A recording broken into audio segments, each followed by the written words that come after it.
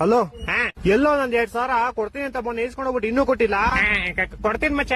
ಯಾವಾಗ ಕೊಡ್ತೀಯಾ? ನಿಂಗೇನ್ 2,000 ತಾನೇ ಬೇಕು? ಹ್ಮ್, ನಾನು ಕ್ವಶನ್ ಕೇಳ್ತೀನಿ, ಅದಕ್ಕೆ ಕರೆಕ್ಟ್ ಆಗಿ ಆನ್ಸರ್ ಕೊಟ್ಬಿಡು. 2,000 ಅಲ್ಲ, ನಿಂಗೆ 5,000 ಕೊಡ್ತೀನಿ. 5,000? ಹಾ ಸರಿ, ಕೇಳೋ, ಅದ್ ಏನ್ ಕೇಳ್ತೀಯ ಕೇಳೋ. ಒಬ್ಬ ಅಪ್ಪ ಮನೆಗ್ ಬಂದಿ ಅವ್ರ ಮಗಂಗೆ ನಾಯಿ ಹೊಡೆದಂಗ್ ಹೊಡಿತಾನೆ, ಯಾಕಂದ್ರೆ ಅವ್ನ್ ಕುಡ್ದಿದ್ದ. ಹಾ, ಇವಾಗ ಇದ್ರಲ್ಲಿ ಕುಡ್ದಿದ್ ಯಾರು ಹೇಳು?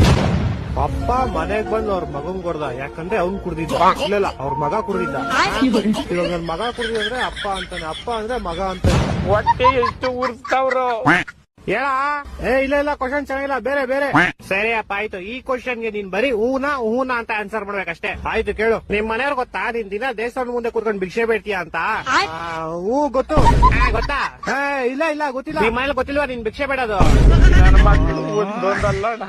ಒಂದೊಂದಲ್ಲ ಅದೆಲ್ಲ ಗೊತ್ತಿಲ್ಲ ನಂಗೆ. 2,000 ಹಿಂಗ್ ಕೊಡ್ತೀಯ ಕೊಡಲ್ವಾ? ಅಷ್ಟೇ ಸಾಕು. ಸರಿ ಆಯ್ತು, ಇದೊಂದು ಫೈನಲ್ ಕ್ವಶನ್ ಕೇಳಿಸ್ಕೊ.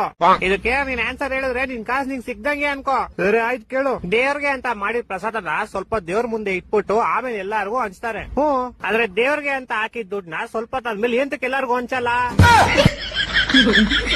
ಹೌದು ಮಚ್ಚ, ಇಷ್ಟು ವರ್ಷದಿಂದ ಈ ಕ್ವಶನ್ ನನ್ ತಲೆಗ್ ಬಂದೇ ಇರ್ಲಿಲ್ಲ. ನಿನ್ ಕಾಸು ನಾನಲ್ಲ, ದೇವಸ್ಥಾನದ ಪೂಜಾರಿ ಕೊಡ್ಬೇಕು. ಹೋಗೋರ್ನ ಕೇಳು. ಹ್ಞೂ ಮಚ್ಚ, ಇವಾಗ್ಲೂ ಕೇಳ್ತೀನಿ ತಾಳು.